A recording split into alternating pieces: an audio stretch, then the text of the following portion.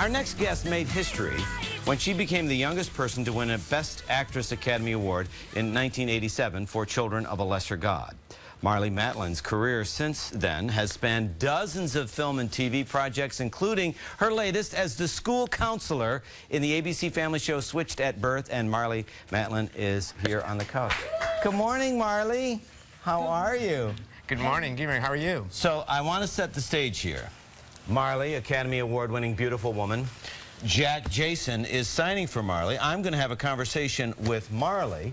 Jack is going to be here. Jack makes me sound good. And Jack makes me sound good. So this is good. So we're going to talk, and Jack is in my ear, and so everyone can hear. And you can look at me because I'm prettier. Absolutely. Wait a minute, let's check. No. Yes, you are prettier. I just checked. Okay, so let's talk about Switched at Birth. Let's set it up. We have a little clip from the show, so let's take a look at that right now. And we do have a clip.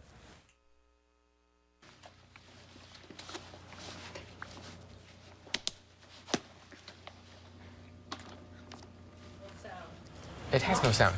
Yeah, it wouldn't have sound. It wouldn't have sound. It wouldn't have It's sound. language. It wouldn't have sound. So it's back for its third season. It works for me, Marlee said. I don't need the sound. Yeah, it doesn't. So how much fun is it to do the show?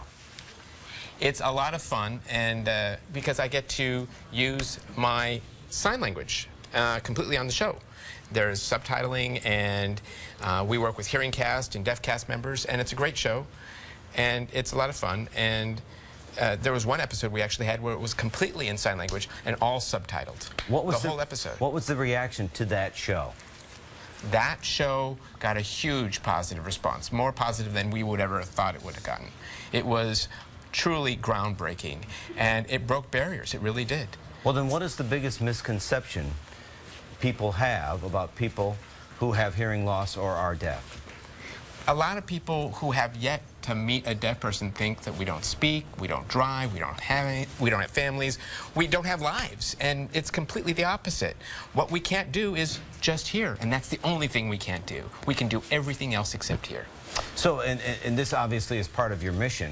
We want to talk about your latest passion. You've taken up closed captioning, or the absence of closed captioning. How important is closed captioning? Closed captioning is extremely important. There are 35 million Americans who are deaf or hard of hearing who depend on captioning. And we're not talking about the rest of the world, just in the United States alone. And growing up watching TV without subtitles or closed captioning, not being able to understand what's going on until just recently, when we finally got network and broadcast television captioned in the late 80s and the early 90s, changed my life, changed everybody's life. And now most shows are closed captioned. Now, that was because of what the FCC ruled. Now, 20 years ago, that's when this happened. Now, 20 years later, with captioning moving and all the programming moving into the internet age, 20 years later, we're back where we started. The FCC has to pass a law to say you have to caption now stuff that's on the internet. So is this the new, is this the new streaming service you have, the Viki service? Is that what that's about? Well, what Viki does, I mean, because the FCC said you need to caption everything, they're still not accurate. They're still not doing it. And this is where Viki comes in, because Viki works sort of in a crowdsourcing mode where people, the users, the fans, the people who watch the programs, caption the shows. They provide the subtitles in the language that they speak. Whatever show, whatever language they speak, instead of waiting for the network, instead of waiting for Amazon or Netflix, instead of waiting for the computer service to do it, they do it themselves, and they caption it. And now we're getting those programs accessible. And right now, over 200 languages out of the 7,000 in the world now. And eventually we'll get them all captioned. That is brilliant. And it's now we're embarking on the billion-word campaign. Beginning this month, in the month of May, they've captioned 600 million words, which is about 15,000 novels and worth of words. And what we're trying to do is to get to the goal of 1 billion words subtitled or captioned by the end of the year. That's our goal. Ah, inspirational. And every year we want to do a billion. More and more. More and more. Before we get off this topic, tell us how we can help and tell us how we can find out more about Viki. Just go to Viki.com. and you can find out and get involved and start to caption for your friends and support all the people who could use the words. We don't have to wait any longer. We don't have to wait for the government to make rules. We don't have to wait for anybody. We can do it on our own with the support of everyone involved. It's all coming together, not only for deaf and hard of hearing people, kids learning how to read, people learning English, people speaking other languages. And I'll tell you something else. Older people, you know, as the society ages, people are going to want to read as much as watch in this new form. But before we get on with that, what's it like to win an Academy Award?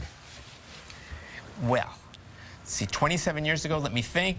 No, it's actually a humbling experience. I really am. It was nice to be recognized. I'm the first deaf person ever to win an Academy Award. And the Oscar is one of the highest honors you can get in Hollywood. And I'm still thinking about it. And I still think, gosh, I have an Oscar? Yeah. Where do you keep it? I keep it in my bedroom. Not next to me, but somewhere in the vicinity. And my kids bring all their friends over and say, Mom, can we show off the Oscar? And of course, I let them do that.